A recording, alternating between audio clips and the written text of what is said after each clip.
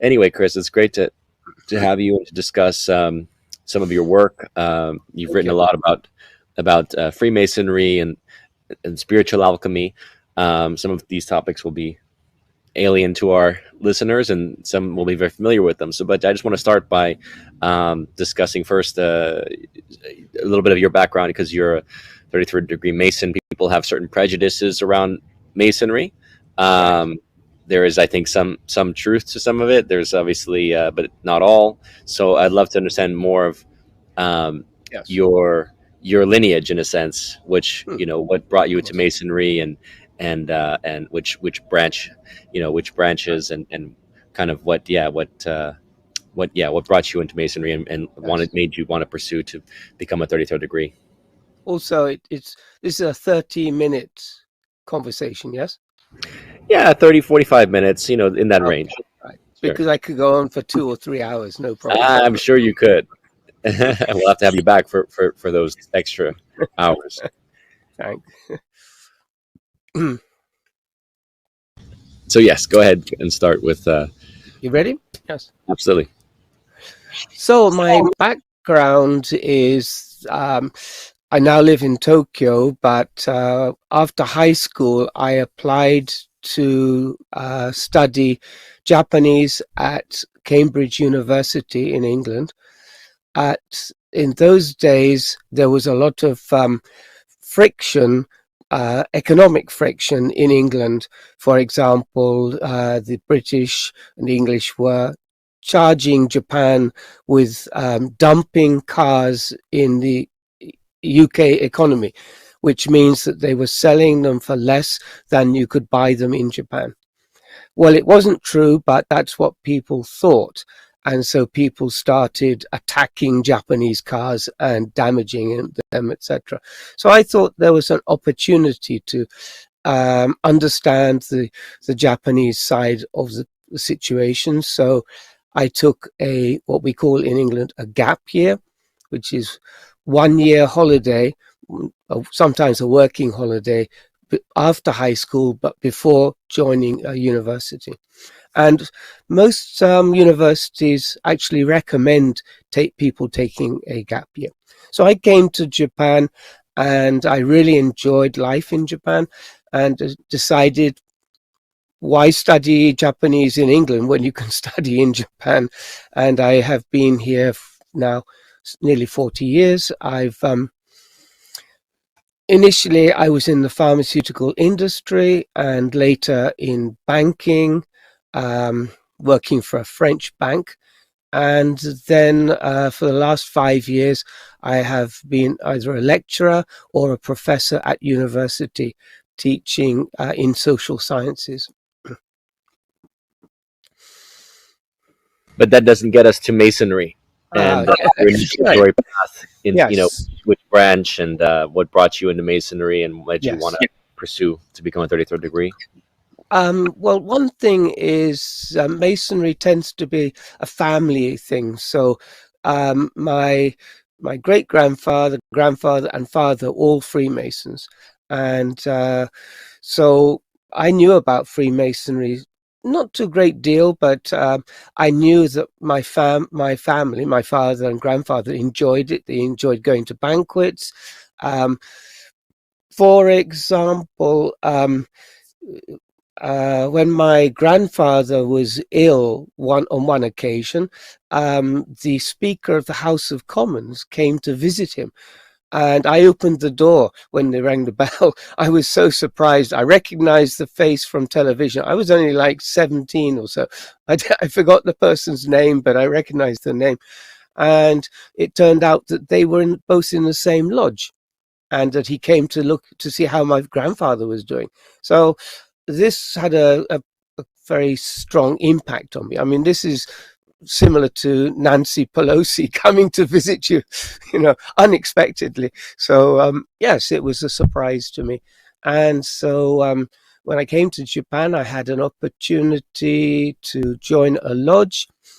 In Japan, we have 5 different what we call sort of flavors of Freemasonry, because we have 5 Grand Lodges here, which is an unusual situation.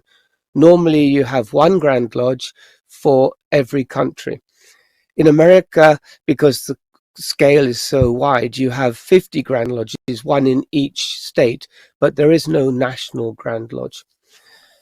So in Japan, we have a Philippine, a Scottish, an English, a Massachusetts, and a Japanese Grand Lodge. And I joined all 4 of them.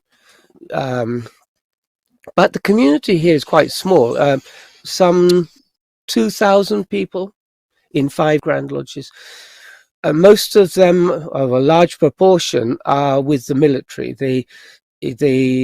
We have nearly 80 80 US bases in Japan. It's just mind-boggling. And so there must be about 150,000 US troops stationed in Japan, which includes the George Washington aircraft carrier and Atsugi military base. So let's go back in terms of your understanding of the history of Masonry. It's born in the 1700s in England, right? But it really dates back to different esoteric teachings, right? And schools that you could say schools of thought, right? That predated that. Some people, cite the Templars and the Rosicrucians and other, even more esoteric orders, right? Yes. And so,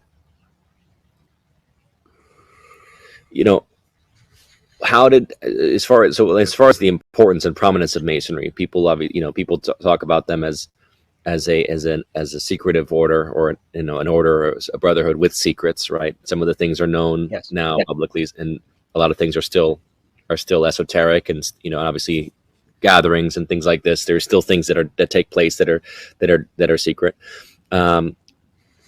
Would you, in terms of the prominence of it globally, it seems that many people in positions, whether they be politicians, business people, and influential people, many of them are Masons, and they transcend nation states, right? This fraternity transcends nation states. That's why it's in Japan, even, right? A country that probably didn't have it. But I guess in terms of the Masonry that you see in Japan, would you say that there are esoteric influences that resonate with traditional Japanese beliefs, so that makes it more, you would say, almost like Freemasonry taps into universal beliefs, in a sense, that can be found almost anywhere in the world? Not really. This is part of what my new book is about and what my study is about. I found that there is a lot of correlation with Chinese Taoism and Freemasonry. Taoism doesn't exist in Japan. In Japan, it's mainly a Buddhist country. And there's a very small, something like 1% of the population is Christian, but it's mainly a Buddhist country. But in China, in the 1700s, and before that, of course, but there was a change in the government in 1644, and this led to a lot of Chinese people leaving China, particularly going to Taiwan, and they brought these Taoist teachings to Europe. So your introduction about the chain from for example, the Crusaders, the Templars, and this sort of thing, I don't believe this exists. I think this is something that's been made up to show that Freemasonry has a long and distinguished history, which it really doesn't. We only have 300-year history. Well, yes, it's quite long by American standards, but in Europe, 2,000 years is not unusual. The first crusade started in 1119 and went on for over 100 years. There's so many gaps, and what the Templars knew has nothing to do with modern Freemasonry. So, what would you say prompted then the birth of modern Freemasonry? Right. So this is the key point. In starting in 1660, there was a lot of Chinese things coming into Europe. The 1660s when tea first came into England, and we're talking about green tea. We're not the type of Ceylon tea that we drink now, what we call over here red tea. This is green tea. And they were drinking green tea until the Boxer Revolution in 1838. So that is, how many years is that? Nearly 100 and nearly 200 years. People were drinking green tea in England. And with the green tea came Chinese cups and silk, furniture. All these things were being imported. And it also, things, for example, the Jesuits had been in China for perhaps already 200 years by the 17th century. And they had been translating Chinese documents, particularly Confucius and Taoism and things like this, and translating from Chinese into Latin. And in those days, all educated people spoke either Latin and Greek. So then this became there was a lot of interest in what Confucius had to say. And the Royal Society, which was established in 1660, they thought that Christianity and Confucianism could be somehow fused to make a better type of Christianity. So we had this strong influence from overseas. And by coincidence, a Chinese Mandarin came to England from China because the Ming dynasty had fallen. And a Mandarin is a senior person in the Chinese administration. And he had landed in England.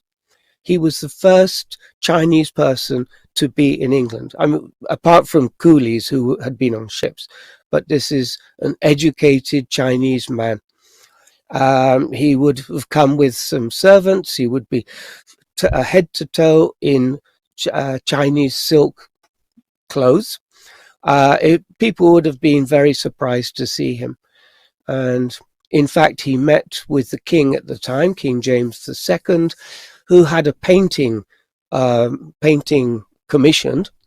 And so we know what Shen looked like and what he was wearing. And in those days, the intellectual society in England was very small. London was only about 500,000 people. Now it's, 7-8 million.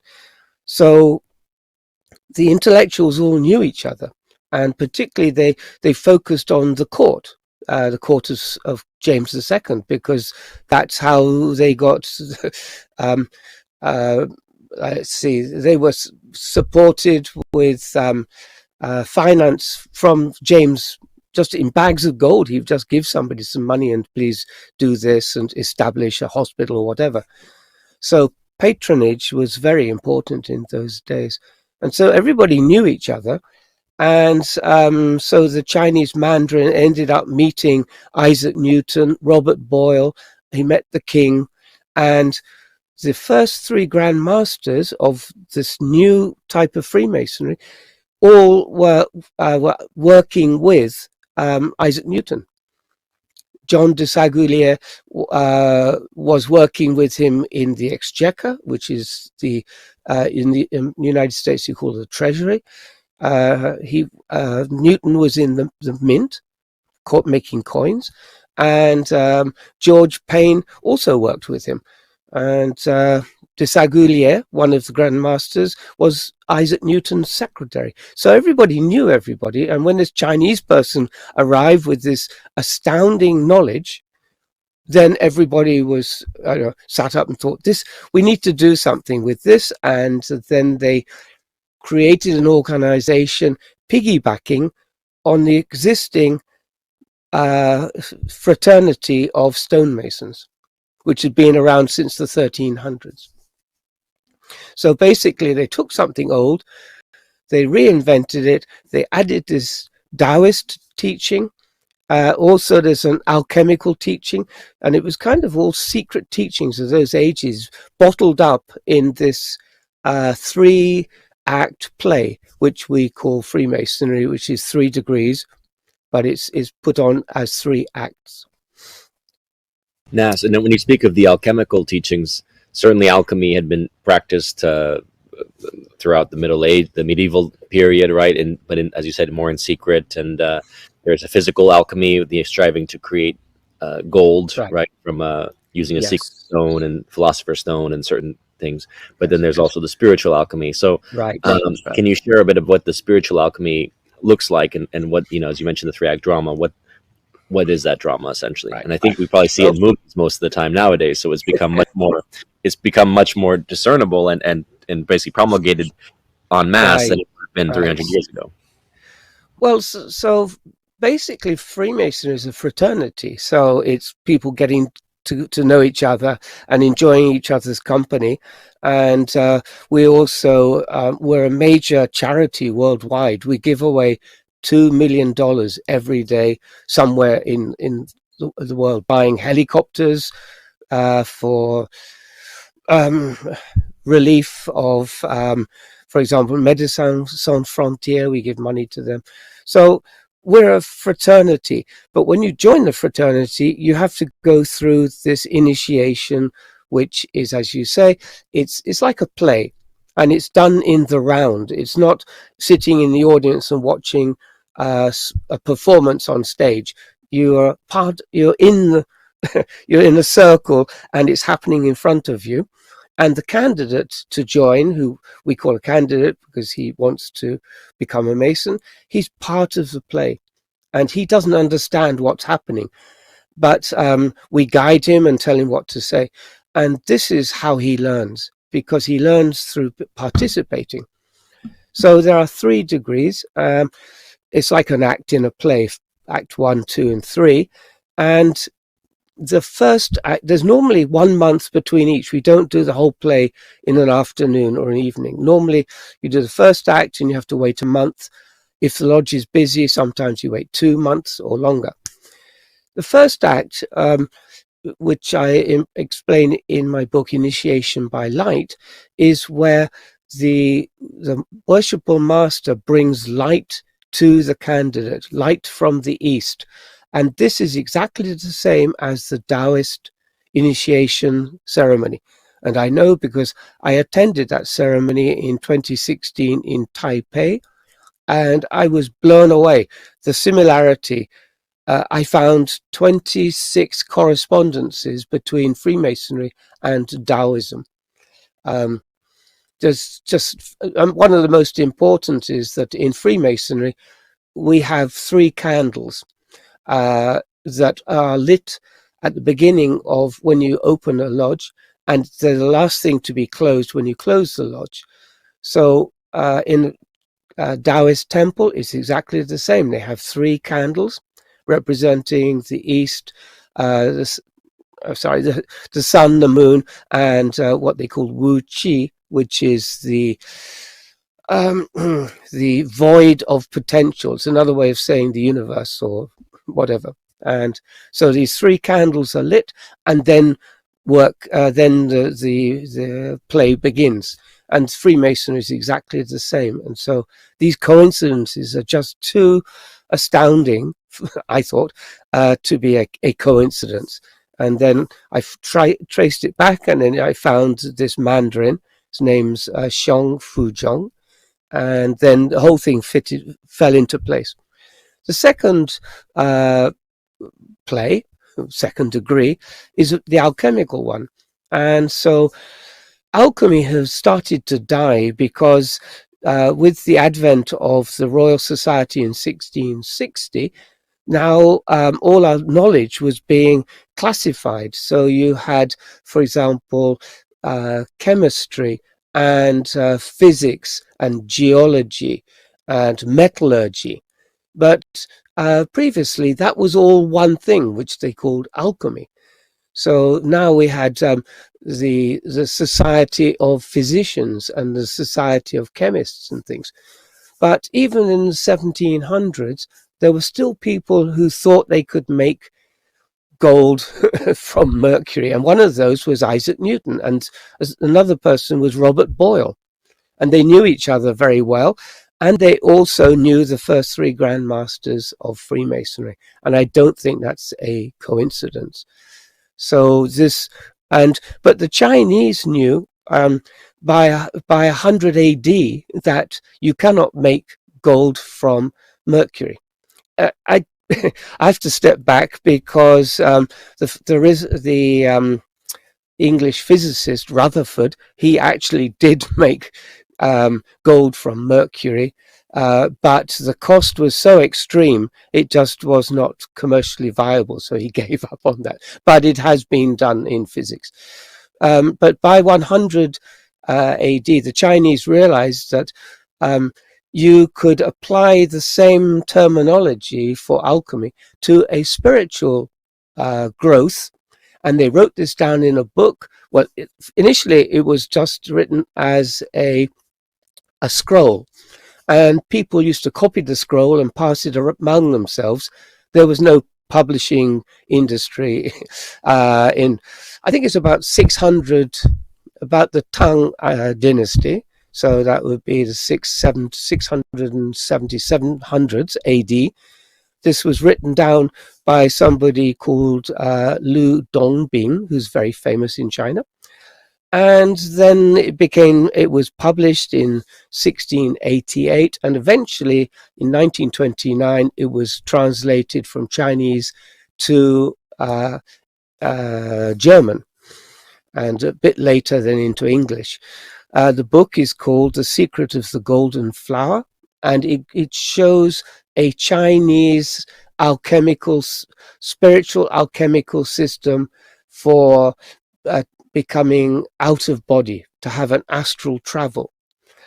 And this is what I believe Shen taught people in England, that it is possible to experience immortality without experiencing death. And at that time, exact time in England, there was this controversy about immortality. And it started about 1707, when a person called William Coward wrote a book called Second Thoughts on Human Soul. And in the book, he denied that the soul was immortal. Well, these were very religious times. We had only some 30 years, in 1650s, the Blasphemy Act had been introduced. So when this book was published in 1707, there was debate in the press. And it was also raised in the Houses of Parliament. It seems strange, that members of Parliament would concern themselves about a religious concept of immortality. But because of the blasphemy laws, they had to do something about it. Then comes this Chinese Mandarin and says, well, I can teach you how to experience immortality. And then he would be able to prove that the soul is immortal. And the only people that took him up on it, well, he didn't announce it like that, but the people that took him up on his idea were these three Grand Masters who started this new Freemasonry. And it was later called speculative Freemasonry, which was to identify it from operative Masonry, people who actually build buildings. The new speculative builders their objective was to build the third King Solomon's temple. So King Solomon's temple had been demolished by Nebuchadnezzar in 586 BC, somewhere around there. And the second time in 70 AD by the Romans. And the Freemasons said, now is the time to build the third King Solomon's temple, but not a physical place, but a place in your heart where you will meet God. And that's one of the teachings of Freemasonry. And then there's the third degree, which sort of puts all the teachings, brings them together, and then you have this interesting experience, which is also a demonstration of how the soul leaves the body. Sorry about a bit long. No, so in terms of the out of body experience, right? Yes. Um, does this connect? Is this what we would refer to as astral travel, or are we referring to something different? No, it's astral travel. Mm-hmm. But in And those days, that terminology didn't exist. yes, So, yes. so it seems to me that because again, some of these teachings do derive from ancient Egyptian magical practices, or Yeah. the intention of ancient Egypt, which was to carry your soul through consciousness, right, through death, essentially, right, to consciously Yes. transcend essentially the human experience without Yes. being recycled back into, I guess, oblivion or reincarnated. It was like to carry conscious intention to your next experience, and oftentimes to project to a different star system or things like this. Yes. Was this incorporated into what you would consider spiritual alchemy? Well, I totally agree about Egypt, and I believe that they were experienced astral travelers, and that's where they may have learnt their techniques for building pyramids and other advanced structures in Egypt. But the teachings or the philosophy, what we can learn about Egypt, didn't arrive in Europe until after 1822. By then, Freemasonry had already been existing for nearly just over 100 years. The reason being is that the hieroglyphs that were found on the Rosetta Stone in Egypt were not translated. We weren't able to decipher them until Champollion transliterated them in 1822, following the Napoleonic campaign in Egypt. Well, So for that's 100 years. yeah. I mean, that's direct, but don't forget that you would have had influence from the Islamic world, the Arabic, Yes. the Arabic and the Islamic worlds, right? All through the Renaissance period. We had the Crusades. They could have, they still could have learned many things, let's say, of these traditions through oral practices. It could have been through mystics. There could have been other channels besides the books, right? Yes, besides the text. Except that Egyptian society by that time had already disappeared. It was just buildings. There was an oral tradition Yeah, was unlikely to survive 1,000 years.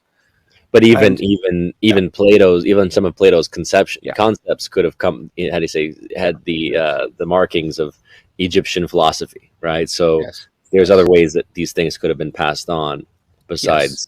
besides And text. people mentioned the Templars, who many of them were born in what you call the Levant, and they spoke Arabic fluently, probably better than how they spoke English.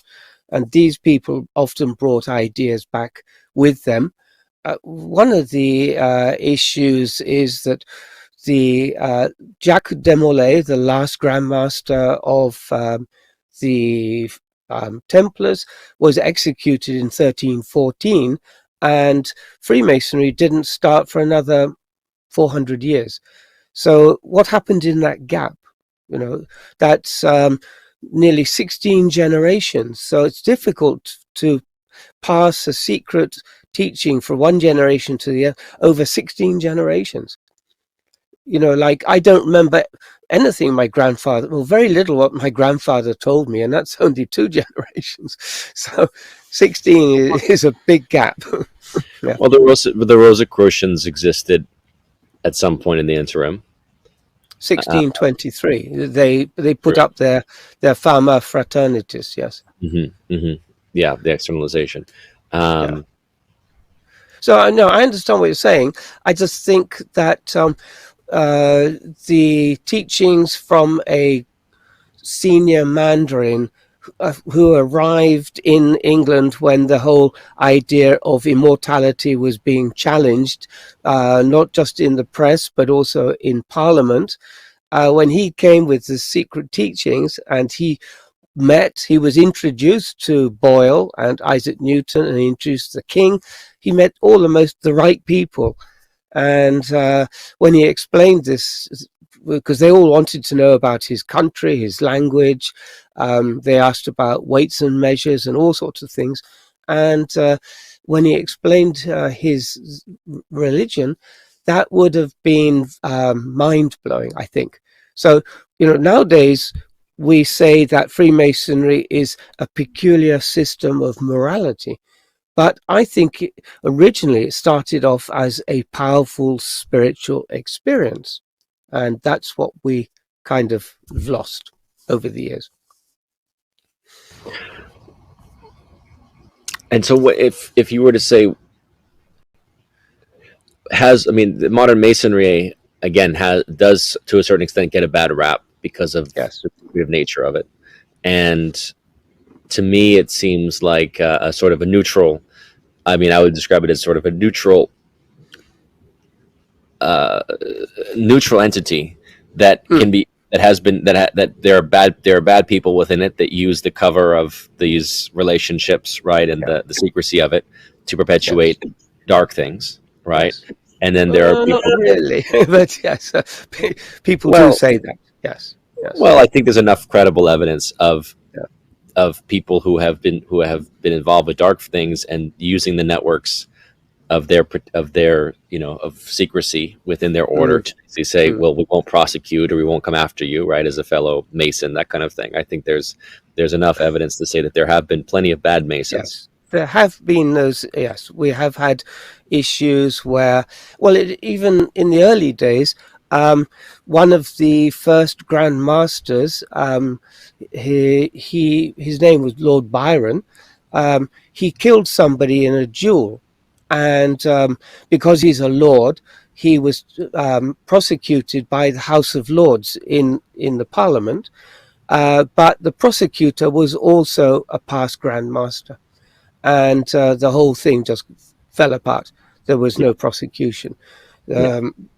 So that's what's happened in the past. But the main issue has been the Catholic Church in 1738 wrote a bull, or published a bull by Pope Clement, saying that Catholics may not become Freemasons, as the teaching of Freemasonry was incompatible with Catholicism.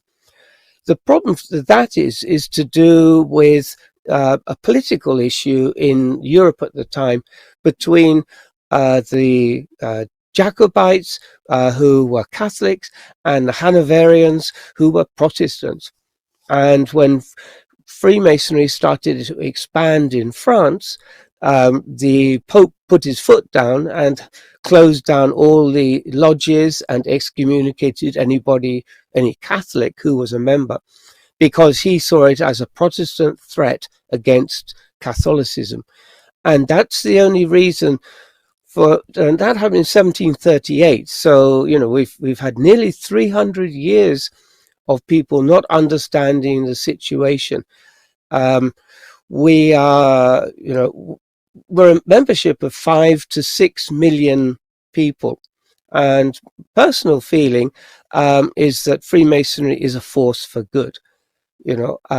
We help a lot of people. We donate a lot of money, as I mentioned, to churches and organizations and schools. We're not into the dark forces.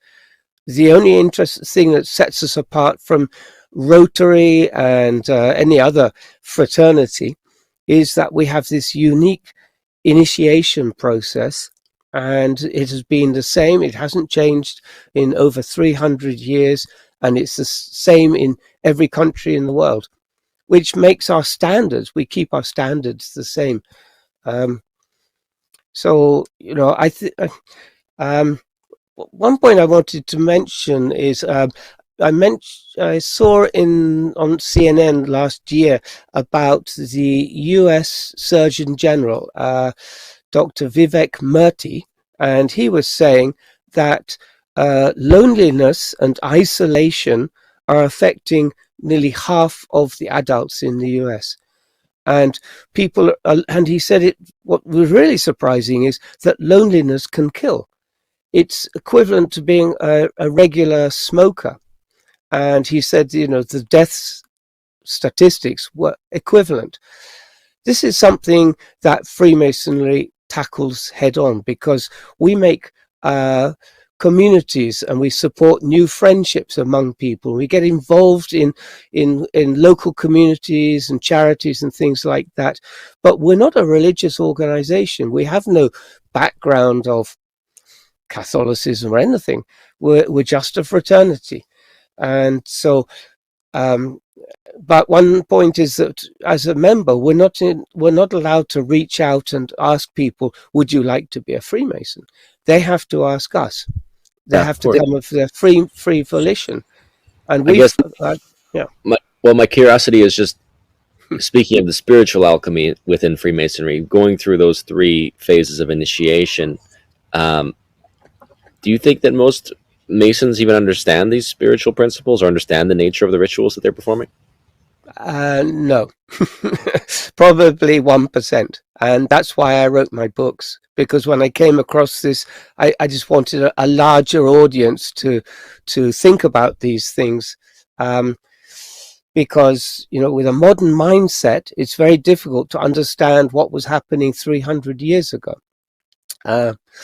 And, in those days, people, as I mentioned, they spoke Latin and Greek and often Hebrew. They studied these things.